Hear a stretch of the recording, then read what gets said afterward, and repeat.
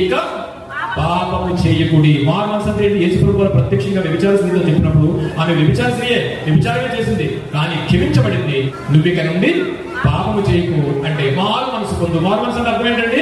ముఖ్యంగా పాపాన్ని కానీ దోషాన్ని కానీ కీడుని కానీ చేసినప్పుడు దాన్ని ఇక్కడ చెయ్యను తండ్రి అని ఆయన సన్నిధిలో ఒప్పుకోవడమే మారు మనసు.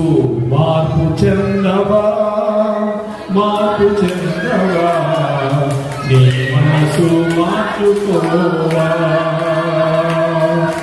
మార్పు చెందవా, మార్పు చెందవా, నీ మనసు మార్చుకోవా, నీ మనసు మార్చుకోవా.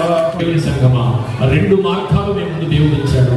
ఏ మార్గాన్ని ఎన్నుకుంటారో నిర్ణయం మీదే. నాకు చాలా సులభంగా ఈ దైనందిన జీవితంలో తీసుకుంటున్న ఈ మారు మనసు అనే పదాన్ని నాయన మాతో సూటిగా మాట్లాడారు, మా హృదయంలోకి వచ్చారు.